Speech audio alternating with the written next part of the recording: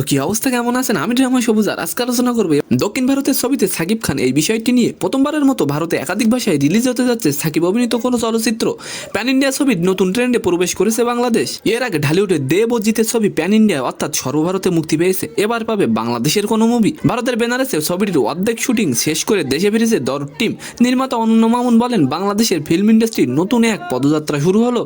ভবিষ্যতে এমন pan Indian ছবি করতে অনেকেই উদ্যোগ নেবে, কিন্তু দরদ ইতিহাসে লেখা থাকবে। এদিকে দরদের বাংলাদেশে শুটিং শুরু হবে 10 ডিসেম্বর। শুটিং করতে ঢাকায় আসবেন বলিউড অভিনেত্রী সোনাল চৌহান। সাকিব খান এই প্রথম কোনো ছবিতে দুটি ভাষায় শুটিং ও ডাবিং করবেন। এছাড়া তামিল, তেলুগু ফিল্ম এরিনার অনেকেই ছবিটির সাথে যুক্ত। তাই ছবিটির কাজ করতে গিয়ে এরই ভেতরে দক্ষিণের একটি চলচ্চিত্রের ব্যাপারে কথা হয়েছে সাকিবের সাথে।